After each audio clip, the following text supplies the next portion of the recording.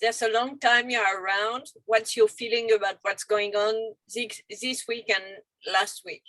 Good market. People are showing up.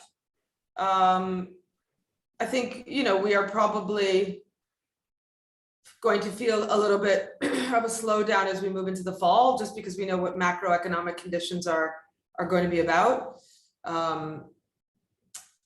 Certainly, in bad times, art has always been a very good store of capital, and it's been a hedge against other investments, stock market, real estate, etc. In good times, people buy art because they reward themselves for times being good and making money and wanting good things in their lives. So the art market always wins in a way. It's just, but we know the art market is a very big, broad marketplace and extremely nuanced, artist by artist, period by period. So you have to have good advice and understand that and pick it right. Which drives back to you. No, but or maybe it's your own good advice or your own good intelligence and information, whatever it is. But so it means for now, in a period of insecurity, it's a good investment. That's very broad. Some things are going to feel very mature in value soon. Other things will soften. Other parts of the market will soften, of course. We all know, for example, the very emerging side of the market has been very, very strong. You and I know that in every decade, maybe there's how many artists get remembered in a decade? I don't know. 10, 20, something like this. Depending of the country. If you can name 20 artists from the 1980s, 20 artists from the 1990s, 20, like that define the decade for you. That's still a lot, right? That's still a lot. Well, right now we have a lot more than 20 that are having like robust markets and being very strong. So we know that historical corrections are unfair, and usually emerging artists, can get whacked in those moments. We've seen it. We've lived through many of these. Yeah. So, for example, what do you think about the price of Anna Vaillant? Price of who? I'm sorry. Anna Vaillant. Anna Wyant, right? Anna Wyant. Okay. Those are strong prices. I understand why they made that price. The work is very,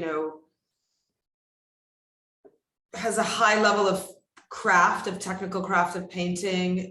It's very alluring. It's very, in some ways, very au courant of today. She looks like a disciple of many artists that are admired, like John Curran, etc. No, but just John Curran was before. Yeah, but disciple of John Curran. So it's familiar. It has a familiar feeling to it in a way that Michael Borman's even has a similar quality to his work.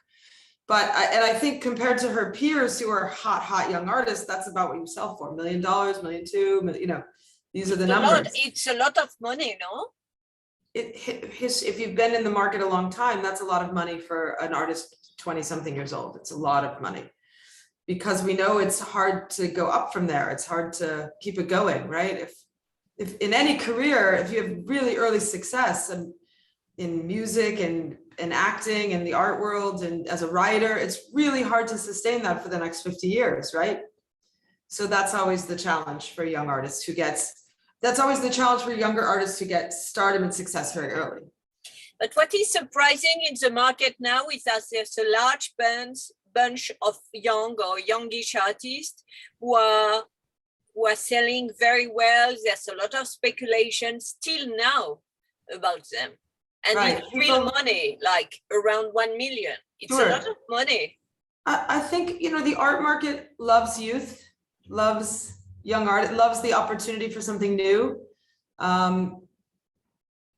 Everything new is good. I remember that was a famous title of a Jeffrey Deitch exhibition a million years ago.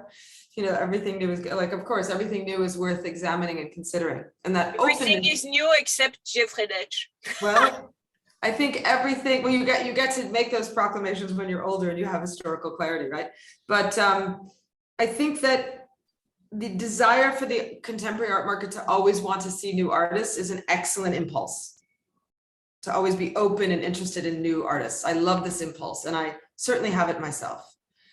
But now you're looking at like subscriptions of capital, or how capital aggregates around certain artists or certain dealers who represent those artists and what that means. And that it's an interesting phenomenon. I mean, as somebody who has often been on the back end all my years at auction houses of like telling people things aren't worth what they once were, or, you know, the market has turned a little bit on this artist and it's not quite what it once was.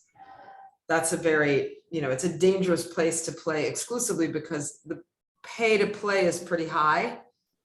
You know, it's not like it's $20,000 anymore or $50,000 for the pay to play for young emerging talent is really high. And you feel almost a kind of concern for the younger artist because it's hard to keep it going. It's hard to, there's not a lot of room for experimentation or creative meandering when you've had such unprecedented early success. And so what result would you comment about this week and last week?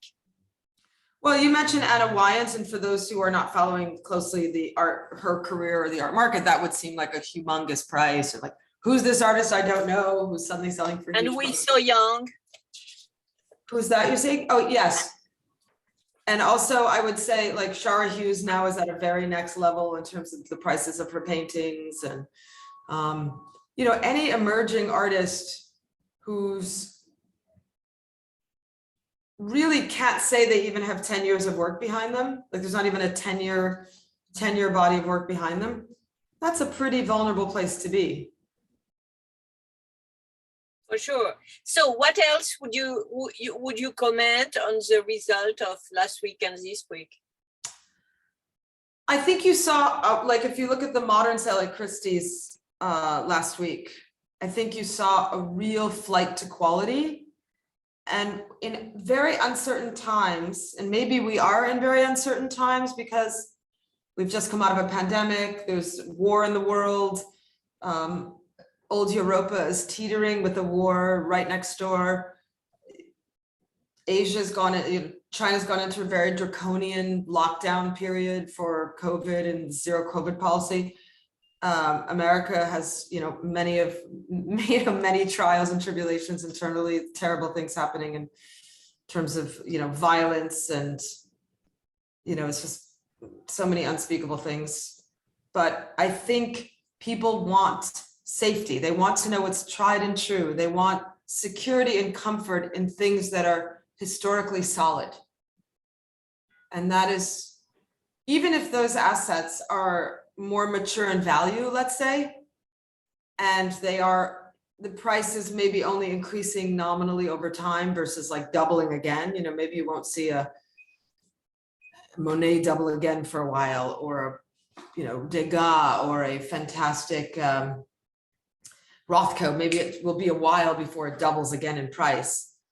It still is, it feels tested, tried and true, and a very good store of capital because someone will always want something that important in good condition of that quality.